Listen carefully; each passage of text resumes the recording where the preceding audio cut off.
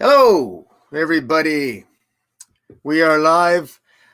This is an impromptu live stream. I did this a little earlier as an experiment, and I just wanted to. This is still kind of an experiment. It's a working experiment, but I figure if I'm going to be doing a live stream now in the middle of the day, I'll at least want to talk about something that simultaneously frustrates me and also puts a smile on my face, and that's, of course, the DC Comics June solicitations, the DC Comics June solicitations. And this is the biggest thing about the DC Comics June solicitations is, of course, the fact that we don't have any mention of 5G, which really, when you think about it, is that's astonishing. Hello, Tevya. How you doing? And yeah, so obviously the fallout from the Dan Didio nonsense is that DC is rightly getting rid of 5G. It's not working. And why wouldn't they, right? Why wouldn't they get rid of 5G? It makes a lot of sense that they would. It's not working. And already we see signs. We see Steve Orlando leaving. He left abruptly. He got a job at Marvel. He was with Wonder Woman. We see Robert Venditti taken off of Justice League. He loves doing Justice League. Why would Robert Venditti be taken off Justice League? Well, he tweeted he's got a secret project that he is doing. And so Spurrier has taken over the Justice League title for approximately 3 issues. So they're doing some creative shuffling. For those of you who may not know, in between the period of time between DCU and Rebirth, they also did some creative shuffling. And so that's exactly what DC Comics is doing right now. So Jim Lee, I'm sure he's got some sort of plan.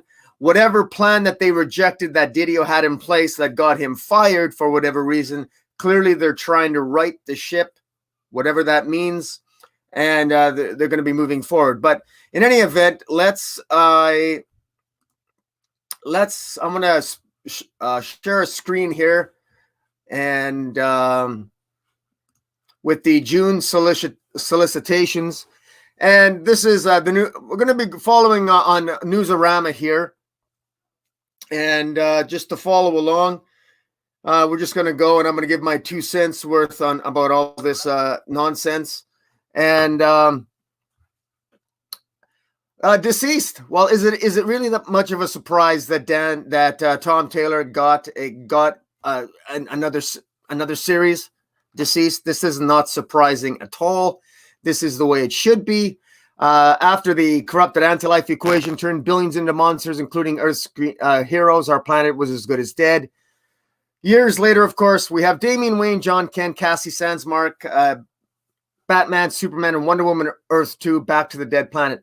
Look, this is the good thing about Deceased. What do we need 5G for, right? What do we need 5G for when we have Deceased? Because really, we got a new generation of heroes in the Deceased universe. So let Tom Taylor handle that. He's better at it anyway.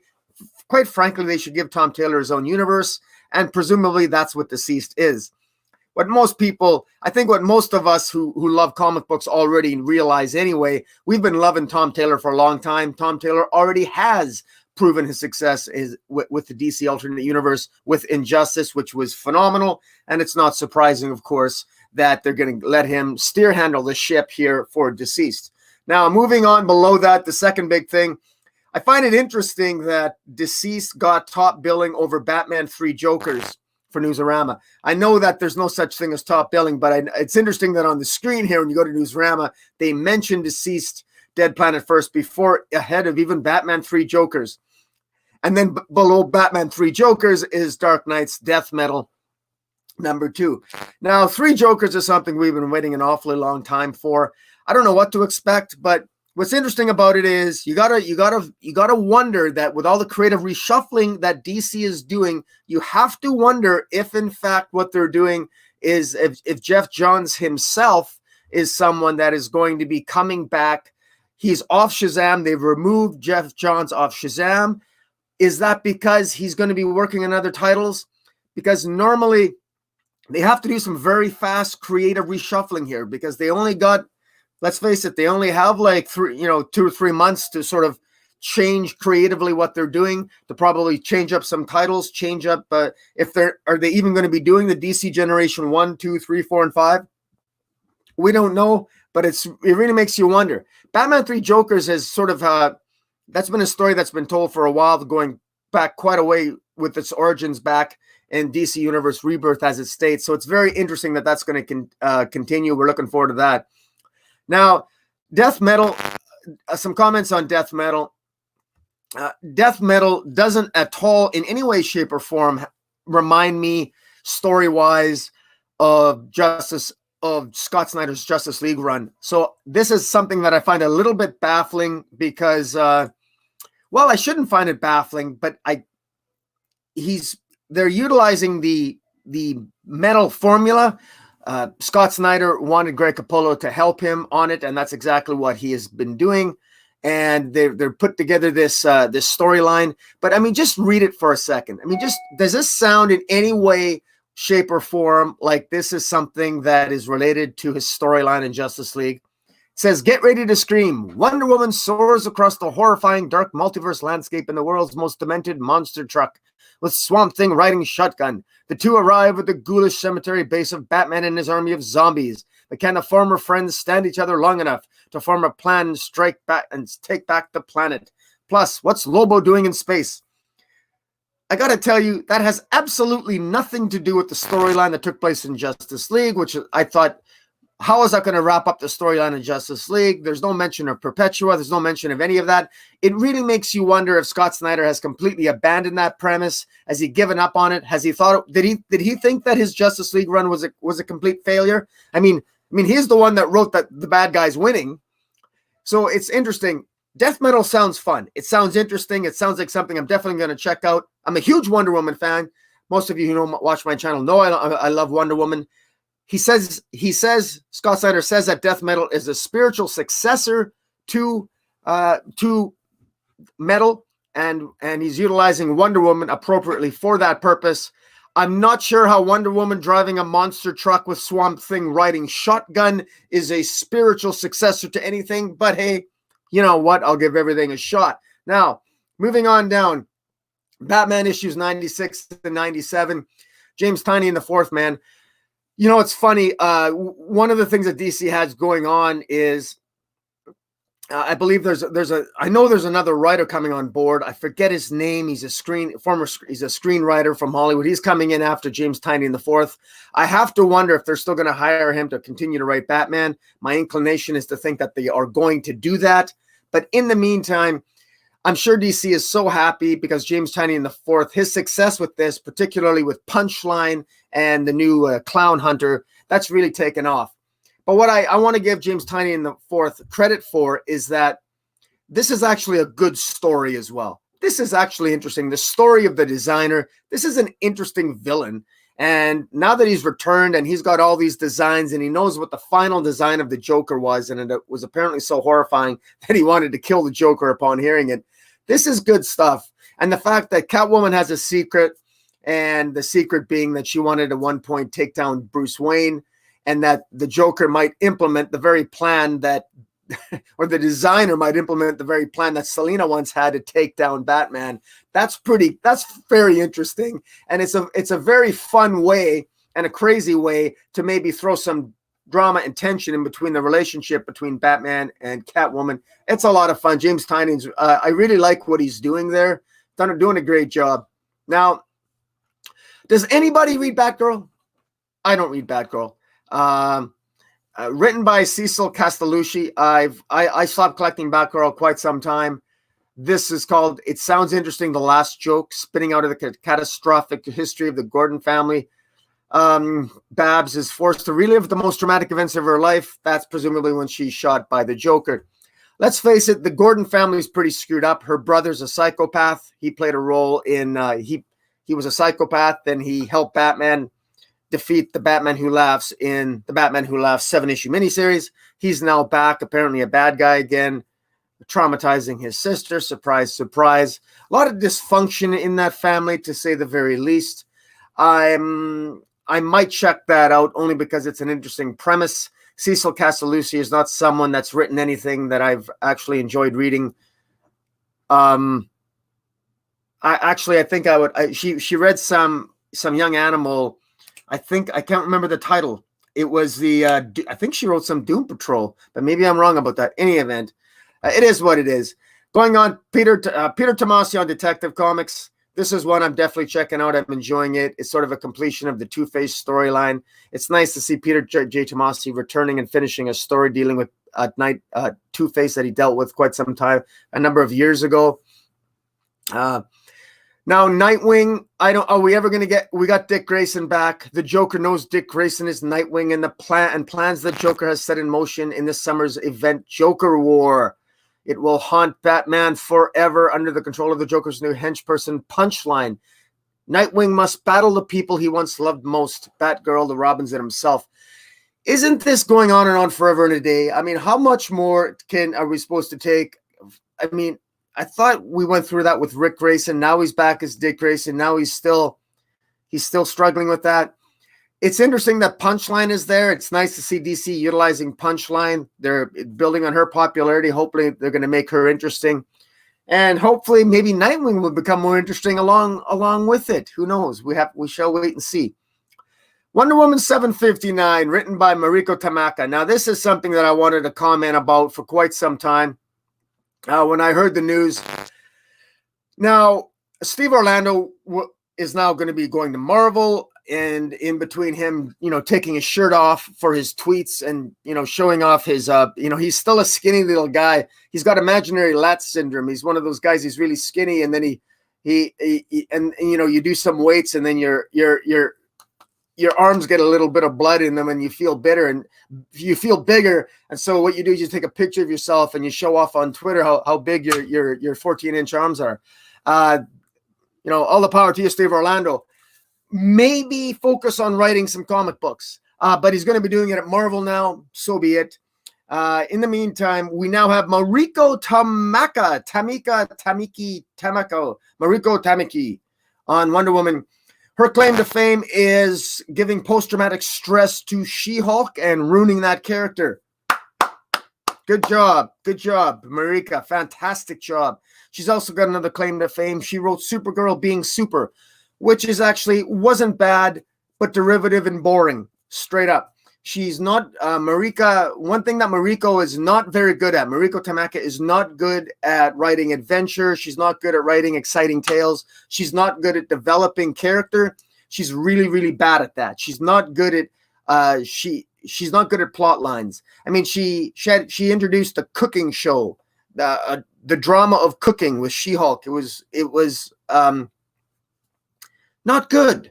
I get a lot of my comics. I get some preview issues. So at the time when I was reading She-Hulk, it was comical. It was a comical experience. I cannot believe that DC would hire her for this, but this is an AT&T move, people, because quite frankly, let's face it, she's coming out. She's writing this just when the Wonder Woman movie's coming out. The Wonder Woman 1984 movie poster variant covers.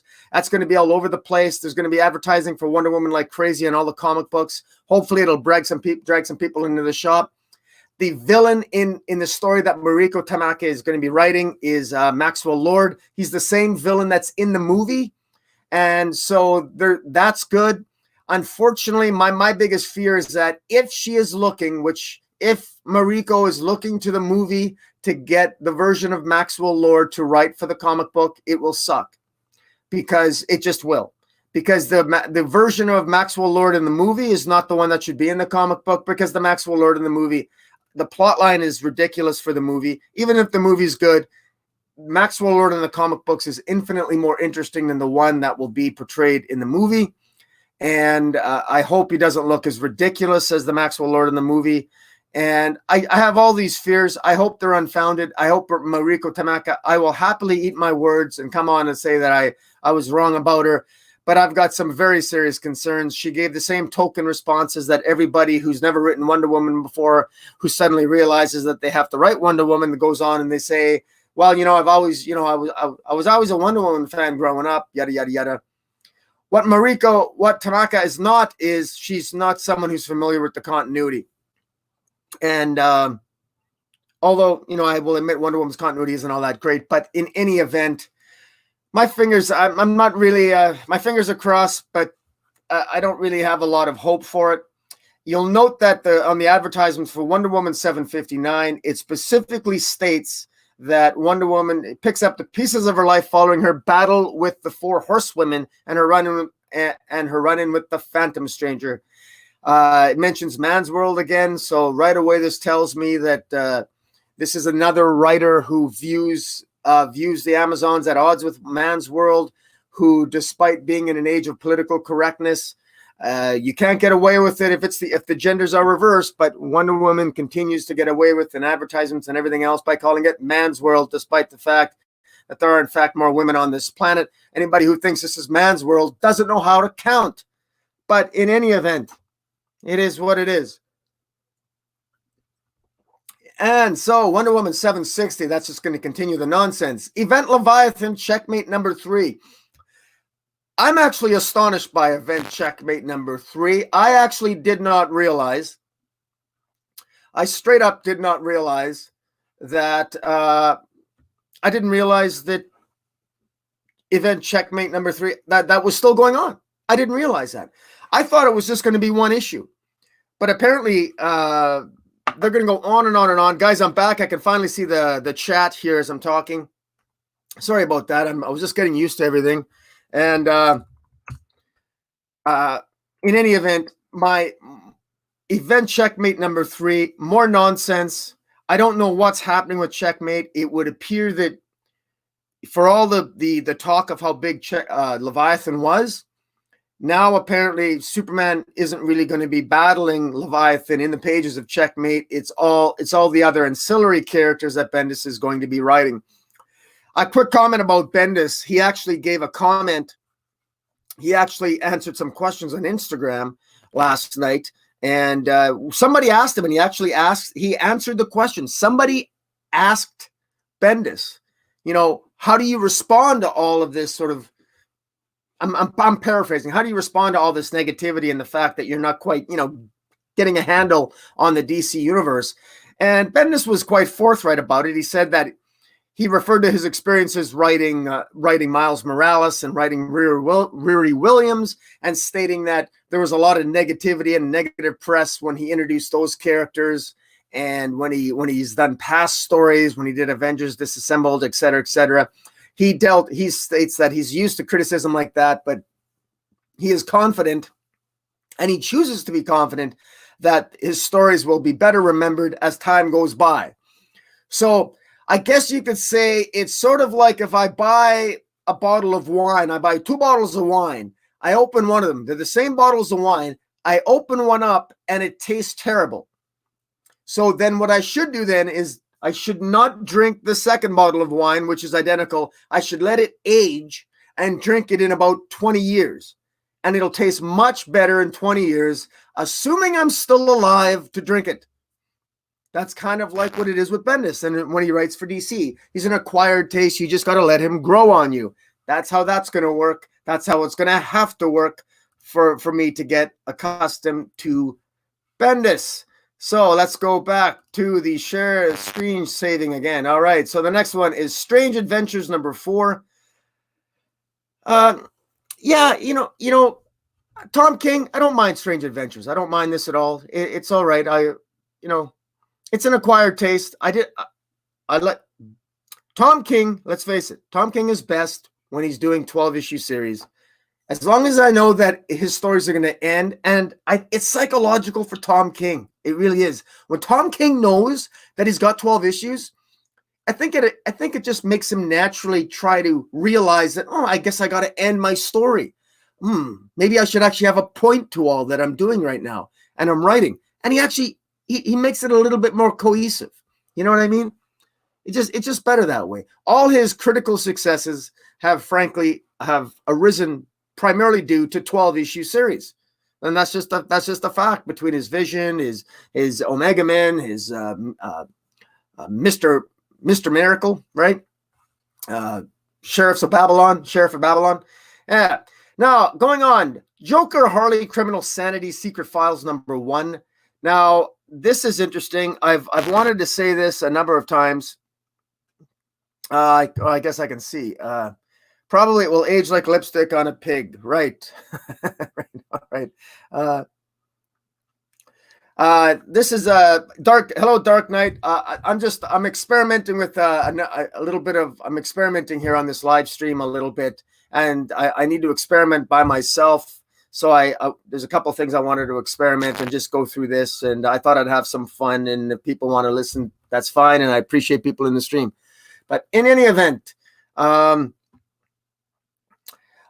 Joker Harley Criminal Sanity. For some reason, Joker Harley Criminal Sanity. It's a great series. I love it. It's my favorite Black Label book, actually, that's oversized. I love it. It's written by Cami Garcia and Edward Gers. They've done a fantastic job. Now, I don't know. This is the one shot, The Secret Files. I note that it has different artists, but this is really, really good. It shows Harley Quinn as an investigator. She's like CSI, and so she's more than just she's more than just a psychiatrist. She actually she's got a very different methodology, and it's a different side. It's a different interpretation of Harley, and it works really, really well. And I love it. And for some reason, it's not selling very well. People really prefer Harleen. Harleen, written by Stefan Sejic.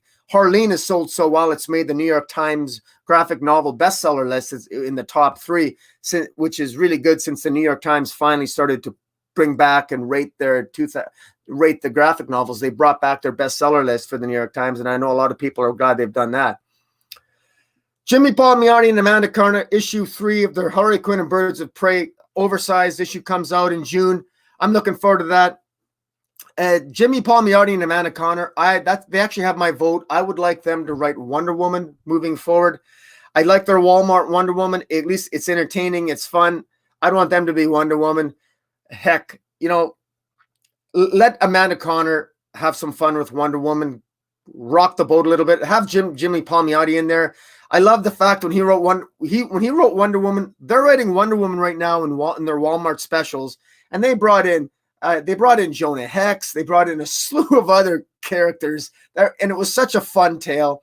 And it was, and I only reviewed the first issue, but let me tell you, it's much more exciting than what we're getting in Wonder Woman.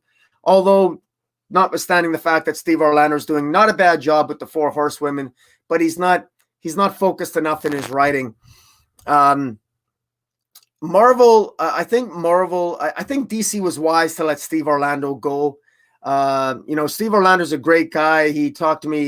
He DM'd me a few times privately on Twitter. He's a great guy. He's communicative. He answered questions about his run on Wonder Woman. He had a passion for the character. I just don't think he was. I don't think he was treated. He felt like he was treated maybe with as much respect as maybe he deserved in terms of knowing the direction that DC was going. But Steve Orlando, if it's any consolation, obviously you now know that nobody knows what the hell is happening at DC, and that includes Jim Lee, the publisher. Now that Jim Lee actually has to work, he's probably a little bit shell-shocked. It's like, whoa, what? I got to do something? And so what does he do? I don't know what Jim Lee's doing, but all I know is that Jim Lee forgot to put 5G in the June solicitations because 5G isn't anywhere in these solicitations. It's not here. Where are the 5G stories? They're not anywhere to be found on the June solicitations. Now, that might be a good thing if you don't give a shit about 5G, but if you do, well, what the heck's going on? My God. But hey, at least I can buy my daughter DC Superhero Girls midterms trade paperback. That's always important. Or how about Lois Lane and the Friendship Challenge? I think DC needs a sales challenge. Okay, so once again, isn't it funny? I talked about this before. When you look at these solicitations, they're often in a hierarchy, especially at Newsarama, and you'll see that the first thing that they mentioned in these solicitations was Dceased, and that was followed by Jeff Johns' Three Jokers advertisement, followed by Death Metal, followed by James Tynion's Batman. And then all the way down here, ranked even below Teen Titans Go, we finally get Brian Michael Bendis' Action Comics 1024. That's how much confidence the sales department has in Brian Michael Bendis' Action Comics 1024. Now, are they ranking Action Comics so low because of Brian Michael Bendis, or could it be because of the horrendous art of John Romita Jr.? That's a toss-up, isn't it? That's a toss-up. Good grief. You know, can you get a more, I mean, the distinction, you get this, you get art like this by Lucio Perillo, fantastic artist like that, and you compare that to art like this by Jansen, Junior, Jansen, and Anderson. I mean, Anderson tries his best with the color to maybe make this thing look reasonably competent, but no. What a horrendous thing. In any event, moving on, I agree with you. Atelium 5G would be better as an Elseworlds. No one cares about 5G. Yes, Paulo, I agree with you. Not even at AT&T. No one at AT&T cares about 5G. I think you're absolutely right. And it makes sense that nobody at AT&T does care about 5G, because why would AT&T, having bought DC Comics, you've just bought the comic book publishing company that has the intellectual property rights of Batman, Superman, and Wonder Woman, and a whole slew of the Justice League characters, and then you have a guy named Dan Didio pushing 5G, which is going to replace all the characters that in the movies make you billions of dollars. Is it really a surprise that Dan Didio went bye-bye? Not at all. In any event, so Action Comics. Let's read this. Let's have some fun with this. Action Comics 1024. At least we're going to get a Wonder Woman 1984 variant cover by Frank Cho out of this. That is, I haven't seen that cover yet. They don't show it here on the display or on the Newsrama solicitations, but anything by Frank Cho I'll pick up. The city of Metropolis has been rocked by Luthor's latest attack. Luthor's latest attack. Notice it's not Apex Luthor. No, not that Bendis cares, because Bendis still didn't. Right away, I got to say this. Bendis does not know the difference between Apex Lex Luthor and the normal Luthor. Bendis has been ignoring Apex Luthor, even when Apex Luthor has been the only Luthor that's been in existence for the last year and a half. Bendis has ignored him. So much so that in the latest issue of, it was Superman Villains, there's a scene in here where the Joker calls Lex Luthor and laughs at him because he didn't know that Clark Kent was Superman, and he to make a mockery out of Luthor. Of course, he doesn't realize that what's wrong with that scene is that Apex Luthor knows that Clark Kent was Superman. He's known for a long time. He has multiversal knowledge, and he gained that about a year ago in the pages of at least 6-7 months ago in the pages of Justice League under Snyder. But again, this entire nonsense, all of it ignored current continuity. This was horrible. And by the way, how about Bendis having Toyman be the villain that reforms himself? Toyman, the pedophile. Of all the villains that Bendis could have chosen to reform himself, he chose Superman's villain who's a pedophile. A pedophile. That's a great choice, Bendis. That's a great choice. Were you aware that the Toyman is a pedophile? Or are you just going to pick the one continuity where he isn't a pedophile and go with that one? Whatever. Congratulations, we now have a reformed pedophile joining Leviathan. Joining Checkmate in the battle against Leviathan. So now we have Leviathan, the most underwhelming villain in the DC universe, battling Checkmate, whose major tech guy is going to be the reformed pedophile known as Toyman. That's how far we've fallen. Just let's let that sink in as we move down the list. Good grief. All right, so now Amethyst number 4 by Amy Reeder. Amy Reeder is an acquired taste, I think. Her art is an acquired taste. Those of you might know her from, she did the Devil Dinosaur. What was that? That African-American girl in the Devil Dinosaur. Anyways, I had it for a while there. Moon Girl in the Devil Dinosaur. Yes, that was her. It's not bad. I'm not a big fan of the coloring. I'm not a big fan. The first issue I thought was okay, a little bit underwhelming. Can't really say. I guess I'd recommend it for kids, I suppose. But okay, Aquaman 61. this is something that I'm definitely I would recommend Aquaman's.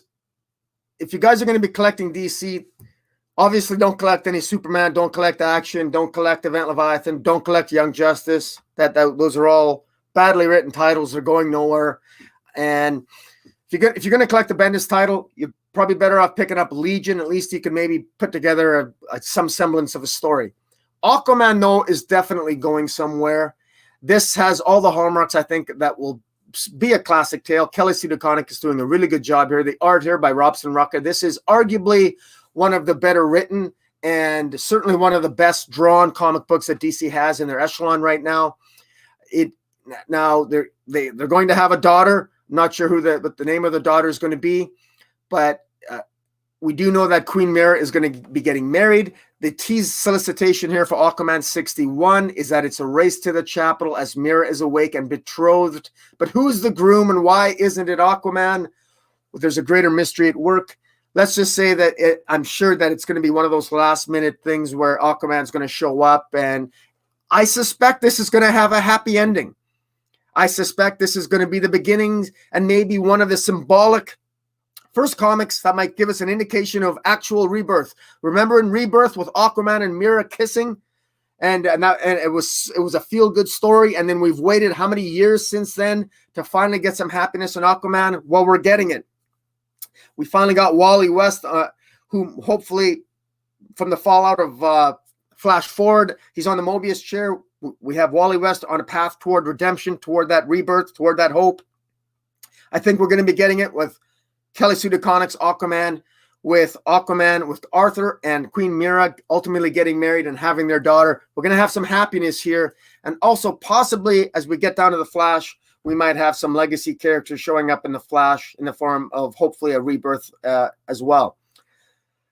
Continuing on, I note here that we've now got Batman. The Batman adventures continue. Paul Dini and Burnett. I have to say that anything by Paul Dini and Alan Burnett, we'd be foolish not to get. I absolutely love this cover by I can't remember the name of the artist, but I got a whole slew of Gotham Academy covers that are just like that, have that same artist. I think is that Nugent. Who is that? Does it say? Yeah, Dustin Nugent. Great artist. And Ty Templeton does the main cover. Ty Templeton's art you see on anything to do with the Murphyverse. Curse of the White Knight is drawn by Ty Templeton. But absolute must buy for Batman. The adventure continues. Batman and the Outsiders, written by Brian Hill. You know, this is a title that started off slow, but I got to tell you, it's gotten better. Brian Hill is someone that I know my buddy Dark Knight there. He really respects Brian Hill. Brian Hill's a great guy. He's always someone who's moving to improve himself. He's getting better and better. And Batman and the Outsiders, it's a great self-contained story. It's well worth getting. And in this particular, it's advertising that Batman's going to push the Outsiders to the absolute limits in order for them to stop Ra's al Ghul once and for all. He'll force them to use their powers in ways they never imagined and possibly push them over the edge. Batman and Black Lightning will need to decide who is the true leader of the team, or Ra's victory will be assured. I think it's fair to say that Black Lightning will end up being the leader. I love Lady Shiva in this. Cassandra Cain is in this, and well, Cassandra Cain is my favorite character in the DC universe. And while I do have issues with the way Brian Hill interprets Cassandra Cain, given his own approach to the character, I respect his approach to the character, and I think he's written it relatively reasonably well, given his different interpretation of the character. Now, Batman Beyond 45, written by Dan Jurgens. This is another example of consistency just breeds success. Dan Jurgens has done a very good job on this, and he's created popularity with, of course, the Dick Grayson's daughter being the new Batman Beyond. And in this case, Batman Beyond and Damian Wayne are going to have to join forces in order to stop Mr. Zero. So it's really interesting what Dan Jurgens is doing. I actually started to collect Batman Beyond again. I stopped collecting it after the atrocious Futures End. DC really dropped the ball on Batman Beyond. I stopped collecting it for, I guess, 3 or 4 years there because it was just plain bloody well awful. But I'm back on board. Batman's Grave number 6. Guys, I collect Batman's Grave. One thing about it is that it is routinely and repeatedly, the fight scenes here are so long, they take up at least half to 3/4 of each individual issue. Out of 32 pages, the one comic had 20. The latest issue, I think, has 20 out of the 32 pages is one long fight scene. Brian Hitch really shows off his artistic talents in much the same way that Brian Hitch showed off his artistic talents with Hawkman during those initial 12 issues, where the story was decompressed, but it allowed Brian Hitch to show off his artistic talents in fight scenes for Hawkman. In this case, Batman is really kicking ass. There's a lot of great action sequences. The art's beautiful and fantastic in Batman's Grave. I get it for the art alone. There have been many people I know in the Snapchat that I speak with through that I write on it's an online chat line that we communicate through Weird Science DC, that the complaint is that the story is very, very slow going. But I'm still enjoying the story, but it is decompressed. Batman and Superman, number 11. Now, again, I'm looking forward to the variant cover on this. Again, the Wonder Woman 1984 variant covers are the ones that I'm looking the most forward to. You'll note here that the Superman versus Batman as deadly machinations of the Ultra-Humanite crash to their end. I'm not really sure where it's going. As Batman struggles against the urge to kill his friends, Superman must undo the damage done and help the other victims of the Ultra-Humanites' experiments. It's the thrilling conclusion to Atomic that will reverberate across the DC universe for months to come. I don't think any of us believe that any of these titles right now are going to reverberate anywhere across any universe, and I'm not even sure that we want them to. The DC universe feels very disjointed right now. It's really not going anywhere. It's the individual universes that I'm most enjoying. I'm not a fan of Joshua Williamson. I don't like I didn't enjoy his Batman Superman run. I've not been a fan of his Flash run. Latest issue of Flash 751 wasn't bad. 752, we're back to the nonsense again with him going off on tangents, introducing more Flash characters, more nonsense. It's not a character-driven stories, and it's really lost itself in that regard. And I've just lost patience with Williamson. He's really clearly ran out of ideas for the Flash, and it's quite obvious that he doesn't know where he's going with it. And that's just my opinion. Catwoman 24, thank God we have Sean Murphy coming. Joelle Jones did a horrendous job on Catwoman as a writer. I don't know what happened to Joelle Jones, but whatever she did, this is not the same woman who wrote Lady Killer, but thank God she's off the title with issue 21. If it wasn't for the variant covers, there would be no reason to get the Catwoman series. Truly, truly, I hate to say it, it is in the history of Catwoman storylines. The latest issues 1 through 21 of Catwoman is the worst Catwoman story because it's literally one long story, and it's really bad. It's very, very disappointing.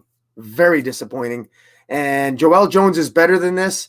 Maybe if she writes her own character, she goes back to indie, maybe, or maybe something at DC, just maybe all the nonsense because it flowed from the failed wedding. Maybe some influence from Tom King screwed up her mind, screwed up her writing. But there was literally one villain in Catwoman, that Raina Creel from issue 1 through 21. The same villain. It was oh my God! It was the first 6 issues weren't bad, but then it kept dragging on and on and on, and it never ended. And now, the forced ending of issue 21 makes you openly question what was the point of the previous 20 issues. It's that bad.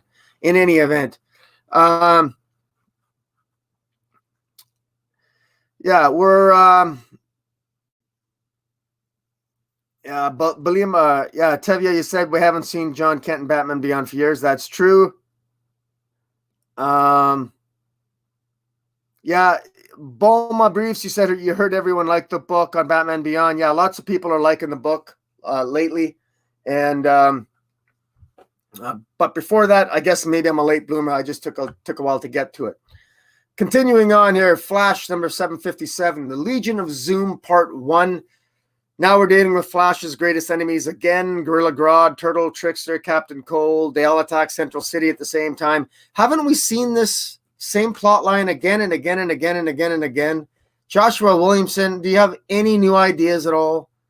And now the fastest man alive is not fast enough to stop them at all or save everyone in danger. How about a character-based story, Mr. Williamson? A character-based story. How about, here's my idea for the Flash, guys, and I'm gonna elaborate this on probably the whole video. But this is something that Williamson has. If I'm gonna say something that if he's listening, he should think of as profound, because it's actually deeply wise, because it's so simple. Most of the things that you need to accomplish in life, to be successful in all aspects of your life, you cannot do them at super speed. Speed is useless. Speed is useless in most of the most important aspects of our lives. Even taking out the garbage. If you go too fast, the plastic is going to rip and you're going to get garbage before you even get the garbage bag out the door. Speed is of limited value. You got to slow down. And there are some things you can't rush. Now, if you understand that as a premise, then you should start with that premise that too much speed will kill character and it will destroy your life. You got to slow down. Simple as that. Just reflect on that for a moment. Let that sink in. Now write Barry Allen, understanding that running off all the time is not going to make for an interesting character or an interesting story, and realistically ain't going to help your life any. But hey, I digress. Yes, Bulma Briefs, you said you only got into Flash because of the CW show. Interesting. I actually, when I started watching the CW Flash show, I stopped watching the CW Flash. I always collected the Flash. I stopped watching the Flash TV show because I was reading older Flash. That was before Williamson. And now I don't watch CW Flash. I've made this joke before about the CW shows like Supergirl and the Flash. It's a drinking game. It goes like this: watch an episode of the Flash or Supergirl or Legends of Tomorrow, and every time a male character apologizes to a female character, you have to drink. You'll be drunk before the first commercial. Beta males everywhere. Men are always apologizing to women. Men are always wrong. Women are always right. And, again, I just find it comical. And one or two shows like that's fine, but their entire premise for literally full seasons of nothing about glorified apologies from male to female characters from beginning to end. Everybody apologizes to each other for every little thing they do. It's so infuriating. They need better writers. But that's just me. The Green Lantern Season 2. Here we go. Grant Morrison. What I like about Grant Morrison, he's an acquired taste, and I love the fact that he's got his own little universe to play in. And in this, in the June issue here, we're going to have a Gary Frank cover. Look at that. And he's actually going to fight a Superman and a Superwoman with a super kid. And it's just right up Grant Morrison's alley. I'm really enjoying Green Lantern. I think Grant Morrison. I think I'm going to start reviewing some of those issues and going back because it's well worth it. I think it's a lot of fun.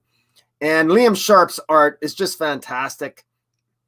I mean, he keeps getting better and better the way he experiments with his art form. Liam Sharp is very active on Twitter. He talks quite a bit about his art, his craft, and he's very grateful to fans and he's someone that he's appreciative of the love that he gets and rightfully deserves because he does a great job. All right. Harley Quinn 74. Sam Humphries should have been removed from Harley Quinn from issue like much earlier. I don't the covers by Guillem March, or the standard covers by Guillem March on Harley Quinn are great, and the variant covers by Frank Cho are great. I buy this series only for the cover. Full disclosure, I have bought this series now. I haven't read Harley Quinn in the last probably 40 issues. I swear to God, I haven't read a single issue of Harley Quinn. Straight up, I just haven't. But I bought them all and both covers. I just can't get into it. They're just not funny. I want Jimmy Palmiotti and Amanda Conner to come back. At least with them, I have their oversized Harley Quinn and the Birds of Prey. Hawkman 25, guys. If you're not reading Hawkman, you're crazy. Paula, you said latest Green Lantern. He was a bit underwhelming. Yeah. It's well, like I said, Morrison's an acquired taste, and I'm gonna go back here. I want to talking about Hawkman. Robert Venditti's doing a great job, but he's going to come off Hawkman for a while for the simple reason that he's working on a secret project, and the project that he's going to be working on presumably has to do with undoing 5G or whatever the other plan was. There was Dan Didio's 5G plan, and then there was some other guys. Was it Jim Lee's plan to do nothing? I don't know, or leave things as they were. What's the plan moving forward? I don't know, but whatever it is, I suspect Robert Venditti is the one that's working on it and taking the bull by the horns. I don't see Bendis working on it. I hope that they don't put Bendis on it. I think DC knows that Bendis is a terrible writer now. They know that he doesn't move the needle. They know that he's not selling Superman comics. Action comic sales are deplorable. It's embarrassing. This is reaching embarrassment numbers, man. I mean, Maverick, a shame Venditti's off Justice League. I suspect Venditti might be going back.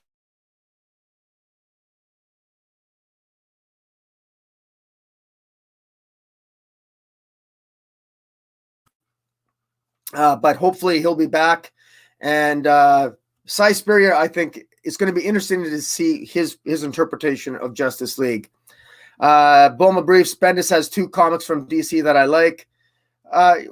Yeah, fair enough. I actually don't mind his Legion of Superheroes. I don't mind it. I think it's got potential, and I don't even know. I don't think there's 2 that Bendis has that I like, but every now and then he blooms. But even a clock gets the even a clock with the wrong time gets the time right twice a day, right? But in any event, yeah. Let me see here. I'm gonna go back, see. I'll share screen again, and I'll go back into Chrome. All right, just experimenting here again, guys.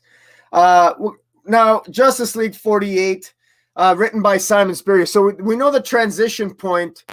Now, Robert Venditti, it's interesting. He stays on Hawkman, but he's removed from Justice League. Simon Spurrier is on there, and the Rule of War sounds interesting. Cy Spurrier has an interesting idea. Close encounters of a Justice League kind after answering a distress signal from distant space. Batman, Superman, etc. Discover an abandoned cargo ship full of young aliens. When they try to return the children to their home planet, they're met with awe, terror, and war. It's a 3-part storyline. This is what I like about Justice League. This is what I wish Justice League was and always would remain, is something where there's 3-issue or 5-issue tales, just having Justice League arcs with rotating creative teams so that we can keep the stories fresh and ongoing. And let's look. I mean, the art here, it's pretty good art. It looks epic. It looks fantastic. What's not to love about that? All right, Justice League 49 continues Cy Spurrier's story. Justice League Dark number 24. Now, this is written by Ram V. Now, look at that. Look at that by Yang, that alternate cover, that variant cover for Justice League Dark number 24. Fantastic. And then the standard cover by Yannick Paquette. Again, looks fantastic. Man, he draws gorgeous women. Who doesn't like looking at Zatanna? Huh? Give me a look at that. Fantastic. Ram V, for those of you, most of you probably know, James Tynion IV was writing Justice League Dark. His writing duties on Batman became a little bit too challenging for Tynion IV. He had to pass the writing duties on to Ram V. Ram V I actually enjoy his writing at least as much as James Tynion IV.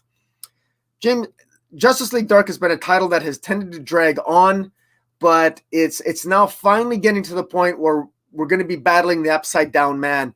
Way back in issue 1 of Justice League Dark, that's when the source wall broke down, magic, all hell broke loose, and the Upside Down Man represented the darker magic that was hiding behind the source wall. The source wall break down, the Upside Down Man came into our universe, but there's been so many side stories that have avoided the Upside Down Man in Justice League Dark.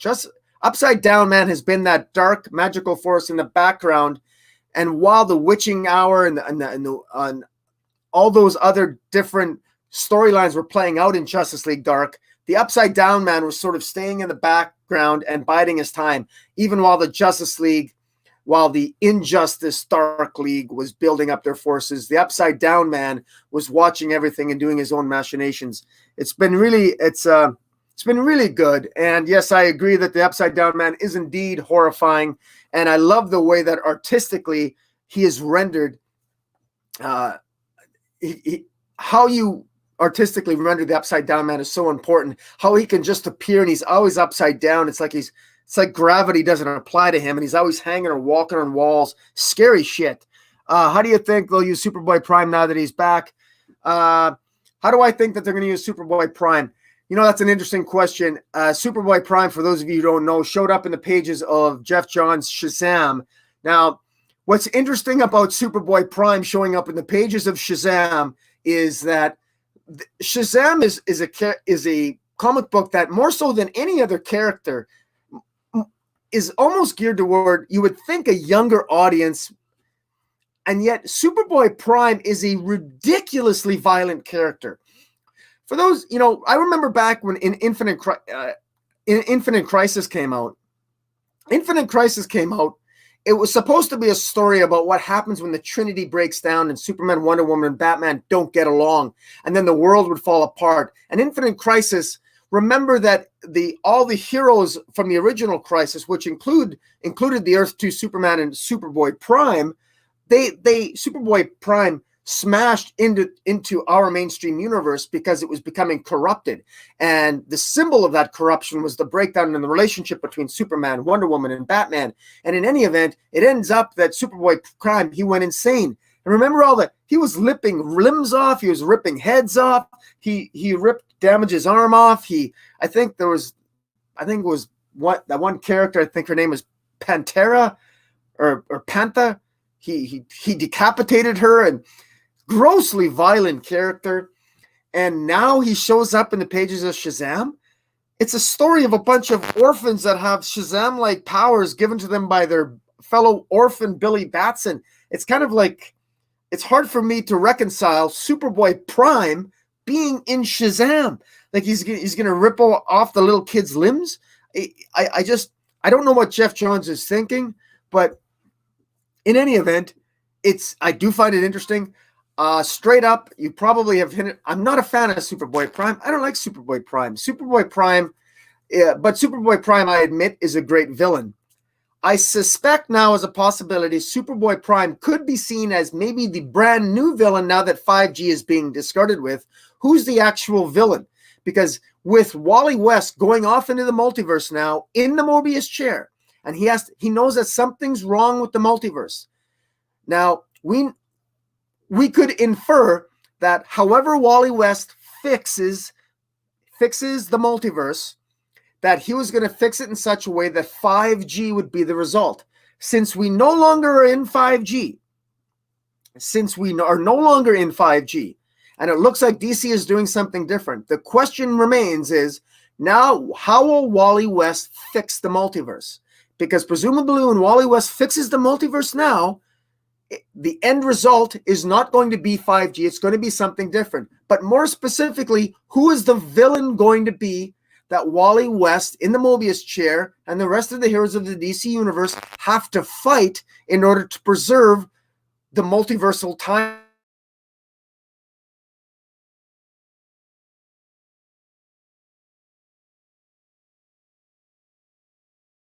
writing Shazam?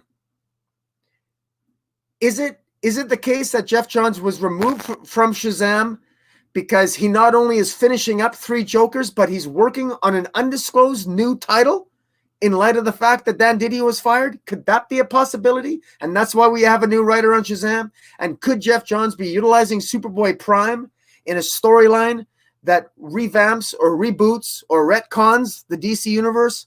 I don't know, but if that's the case, I have faith that Geoff Johns will make it work. I'm not a big Superboy Prime fan. I'm not. But Superboy Prime is a character that at least has multiversal connections, and he was in Infinite Crisis, so it would make sense that if somebody could wreak havoc on the multiverse, it would be Superboy Prime. So, continuing on, I probably did that question to death. I'm sorry, I realize it might freeze from time to time. Hopefully it won't freeze. It just freezes up temporarily and you won't get everything I say, but so be it. Such is life. I'm going to be getting some Wi-Fi boosters here over the next week. That's one of the things I'm working on. I had to move some things over, so I apologize, guys, if there's interruptions. Justice League Odyssey number 22. Darkseid seeks absolute control of time, and Epoch has all but handed him that godlike power. Can the JL Odyssey team stop him in his tracks? If they fail, the Lord of Apocalypse will rewrite universal history in his favor, and everything that could oppose him will cease to exist. You know, what's funny, guys, about Justice League Odyssey is the best story that nobody is reading, the best multiversal story that nobody is reading is in Justice League Odyssey Justice League Odyssey, period. The most powerful badass in the DC universe should always be Darkseid. The mistake that Scott Snyder made was ignoring Darkseid, and Darkseid should have been part of the equation, should have been part of the Justice League story. Straight up, he should have been part, but he was sidelined. He was pushed off. He was brushed off in the pages of Wonder Woman, and then he was reborn, and then he killed Zeus, and he killed all the gods of Olympus to regain his powers, and then he wandered off into the unknown parts of the universe in order for Sepulchre, and in order to create a new apocalypse, and in order to shield himself from the destruction of what he anticipated to be the death of the multiverse. And in so doing, he created all the original members of the Justice League Odyssey, with the exception of Jessica Cruz. He essentially killed them all, and they were reborn as his minions. So Cyborg, Starfire, and Azrael and Cyborg are his minions. They do his bidding. Jessica Cruz was purportedly killed by Darkseid, but when Darkseid stepped on Jessica Cruz's Green Lantern ring, it caused a reaction such that Jessica Cruz never died, but became infused with the Omega energies of Darkseid. So there's now something special about Jessica Cruz. She is more than merely a Green Lantern. She is something more, and she formed essentially a new Justice League Odyssey with new members, which include Blackfire, and the Red Lantern Cat, I always forget its name, and Orion, who is, of course, the son of Highfather, and, Orion's the son of Darkseid, and things are really getting really, really good. And this Epoch, this new villain called Epoch is very interesting as well. Such a great story, and it's anybody who's not reading Justice League Odyssey, you should jump on it. I would highly recommend it. The Omega Sanction, that's what it is. Yes. Legion of Superheroes number 8. You know, it's funny, they've just announced some delays with the publication of, they've moved the publication of Legion of Superheroes number 5 and 6 3 weeks.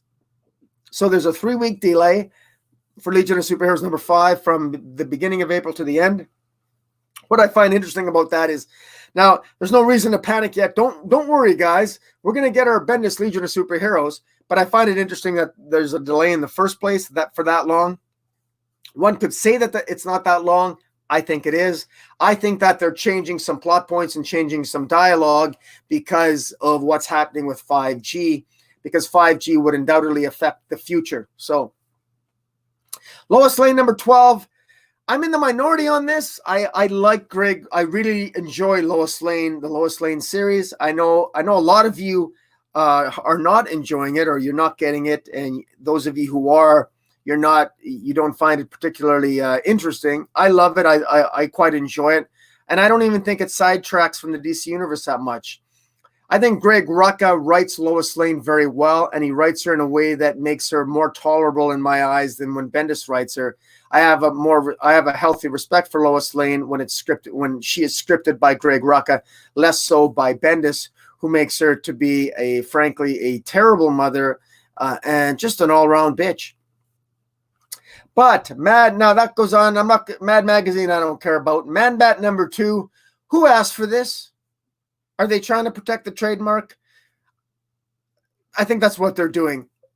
Guys, it is worth noting that they do that from time to time, that the reason why they will publish series for certain characters is that they need to protect the trademark. And so they do that just to, they need to, in order to protect licensing and trademarks, you need to have a character in the public domain at least once every 2 years.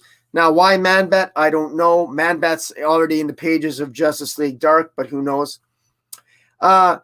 Manhunter's The Secret History. Now, what's funny about Manhunter's Secret History, guys, now the good news is that Mark Andreyko was writing Manhunter's Secret History. Now, what makes this really good is that Mark Andreyko also wrote the original Manhunter series with Kate Spencer, and it was a great series. I got all the issues. It's really well written. I give Mark Andreyko a lot of credit.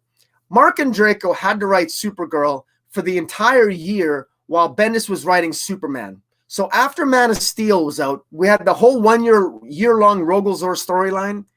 Mark Andreyko did a much better job writing Supergirl and explaining the Rogolzar history, and actually revealed more about Rogolzar in the pages of Supergirl than Bendis did, and he did so in a more coherent manner. Mark Andreyko is a really good writer, and he's always been getting the shit end of the stick, and at the other end of the stick is a Brian Michael Bendis story that Mark Andreyko has to put lipstick on the pig on.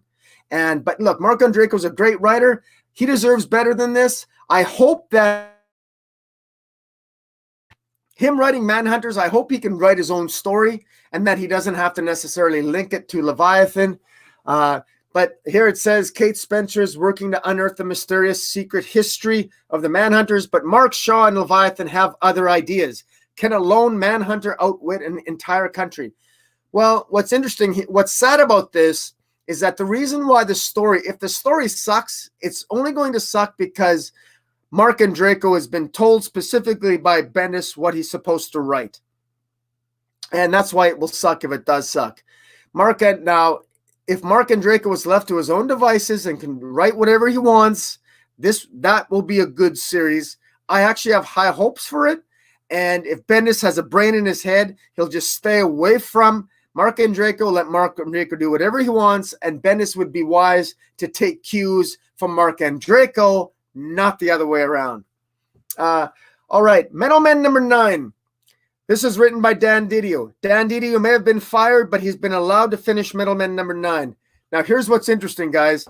Metal Men issues 8 and 9 have been delayed and pushed back 3 weeks. And what's interesting about that is that in issue 9, Dan Didio had previously tweeted and hinted that one of the biggest clues about 5G would take place in the pages of Metal Men. I believe issue 9. Obviously, that is no longer going to be the case, or I suspect that isn't going to be the case. Let's face it, guys. We got no 5G solicitations. In all of June here, there isn't a mention of 5G anywhere in these solicitations. Unless DC is planning to surprise us, which I doubt, we're not going to get them. We're not going to get 5G, and they've delayed the publication of Metal Men. Dan Didio will be allowed to finish the series.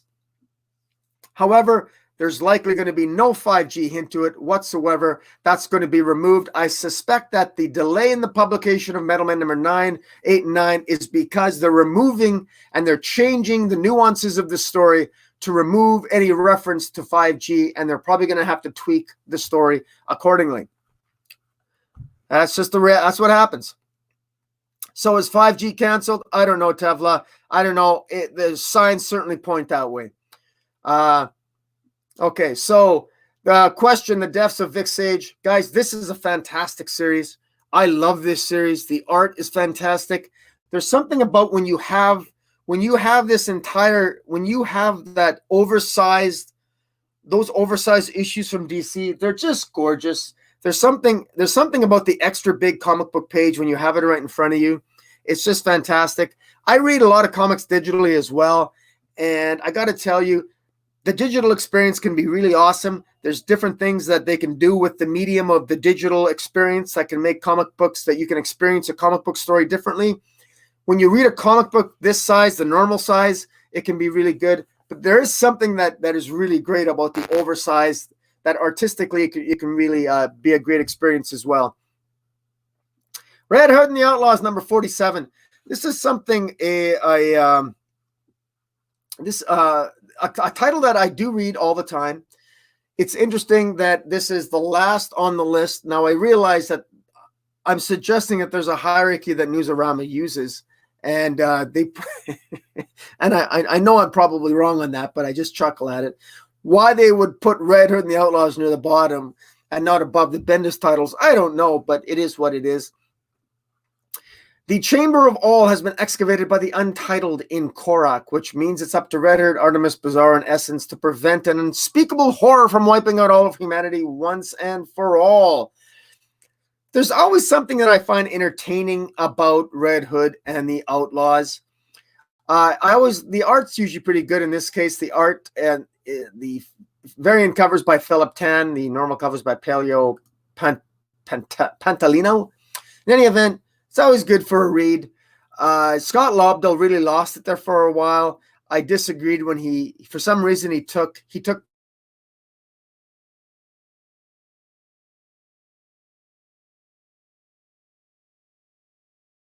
know why he would do that. I think that's a very much a foolish thing for them to have done, because it gave great exposure to Bizarro and Artemis, and they really have to improve. They've made Bizarro look like an idiot. They gave him a beard and they've given him a mohawk. It looks ridiculous. I mean, make him look like Bizarro. Why are you trying to reinvent the wheel? If something isn't broke, don't fix it. Good grief. Why are we going back to the New 52, Tevya? I don't think we are going back to the New 52. I don't think we are. I think we're going back to something, probably a hybrid of maybe the New 52 and Rebirth. But hey, who knows at this point? Now, as for the rest, okay, here we're coming up with Shazam number 14. You see it's written by Jeff Loveness. The fact that it's not written by Jeff Johns, is that a sign of anything? I'm not really sure, but I hope it's a sign. It's because Jeff Johns is writing Rebirth, or writing a new title to inspire us now that 5G is likely going to be changed into something different. Tom Taylor, Suicide Squad number 7.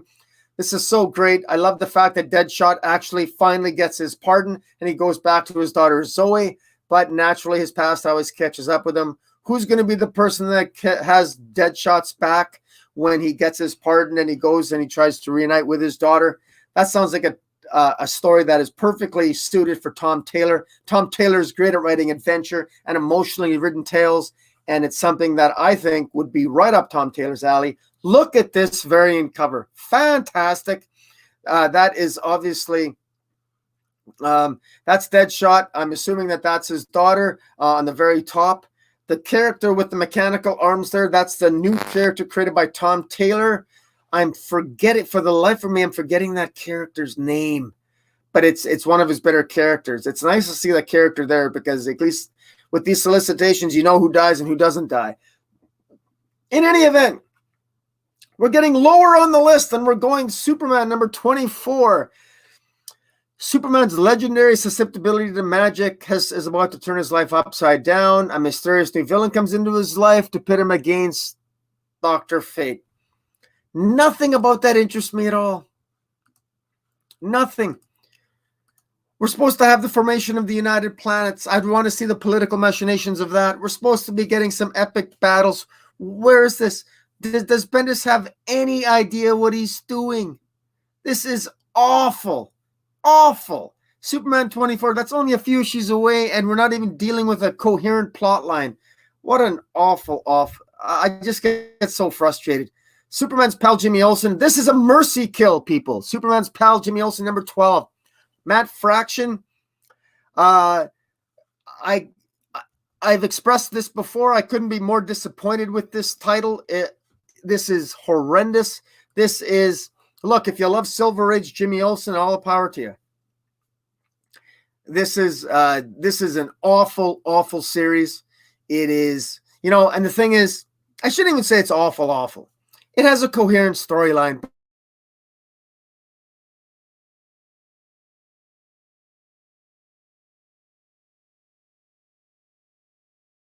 Relatable in terms of the modern day world.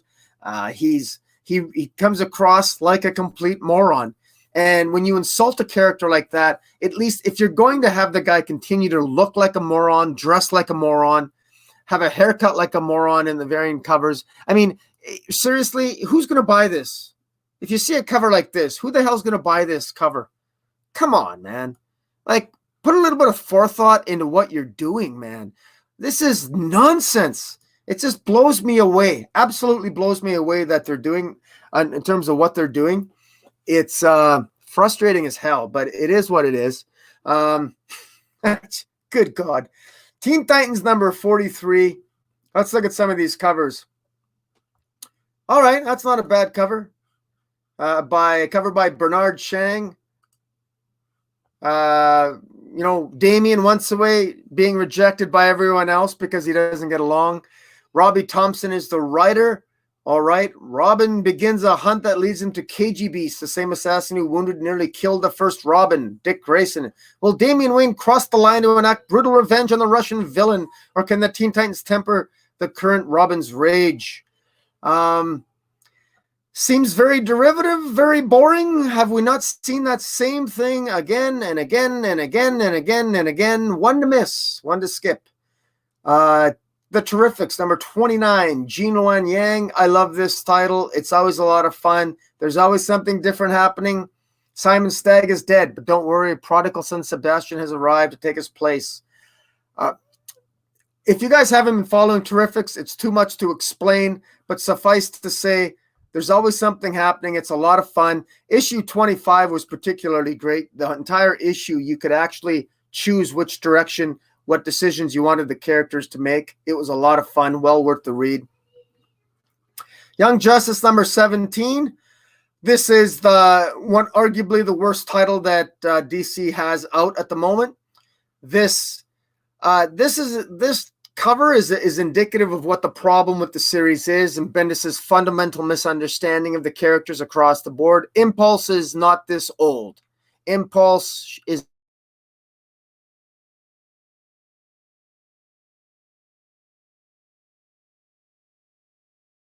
I'll just come right out and say it. Connor Kent shouldn't be in the title. Red Robin shouldn't even be in this title, as far as I'm concerned. It should be the classic. Young Justice should be Impulse. Damian Wayne, the Flash twins, Jay and Iris, and it should be the children's title. They're younger than teenagers. It should be that. That's what the Young Justice should be. The classic comic incarnation, not the cartoon. Straight up. Many will disagree with me on that. It is what it is. To me, the Young Justice cartoon is that is more appropriate for a different kind of Teen Titans or Teen Titans. In any event, miss it. It's written by Bendis. You know it's going to suck. And you can even tell by reading it, it's not going to go anywhere. Very special issue. Focuses directly on the friendship at the heart of Young Justice, Connor, Tim, and Bart.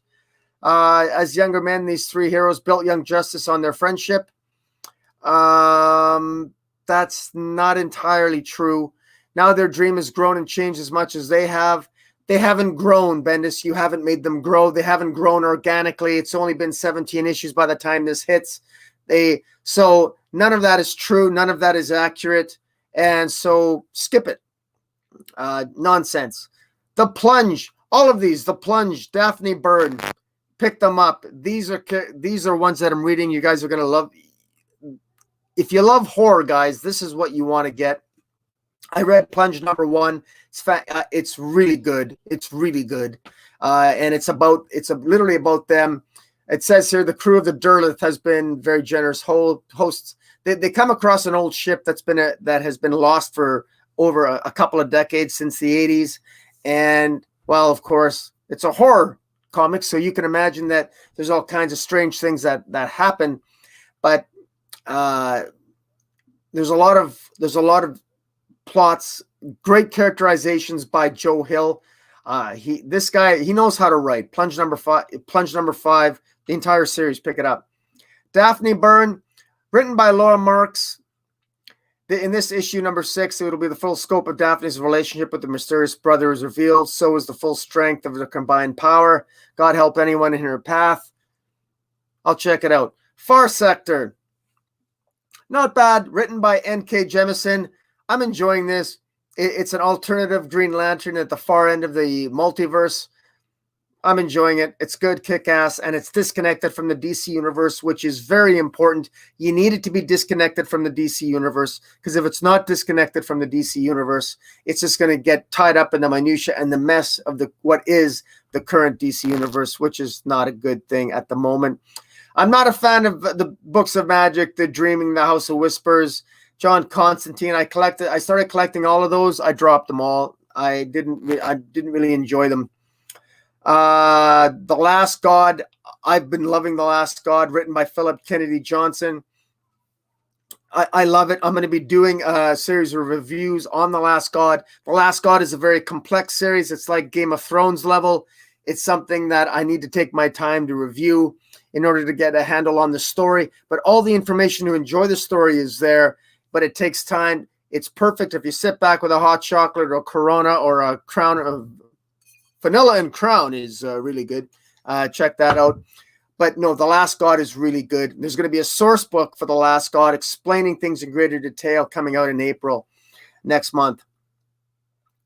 They got facsimile editions of Batman 321, Flash 135, Giant number 5.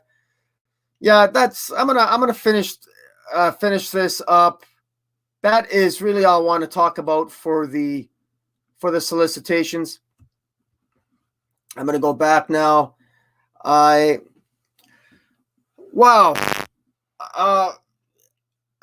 feel like I feel a little bit like I've had my heart ripped out reading the DC June solicitations. What a horrendous disappointment. Let's face it, this is disappointing stuff. DC really seems directionless right now, but I got to tell you, I'm going to be throwing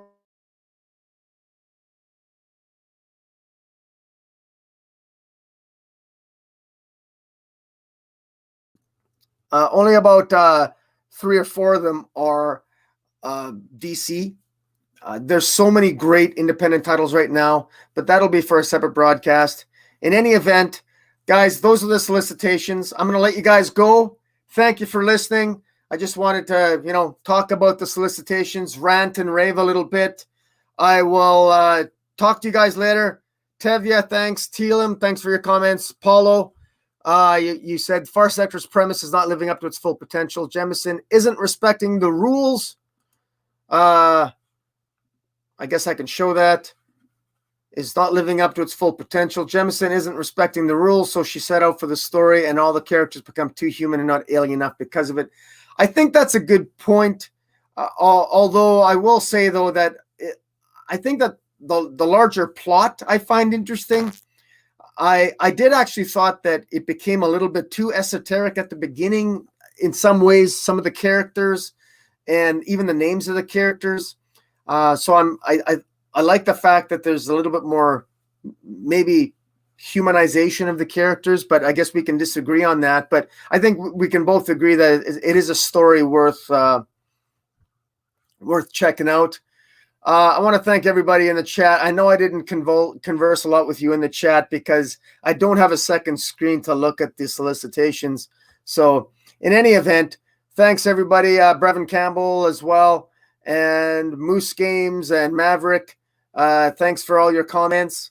And in any event, I am going to go And I'm going to end the broadcast now. Thanks, guys. Thanks for listening. I'll see you all later. Hit the subscribe button. Follow me on Twitter at Metropolis40 and Comic Boom.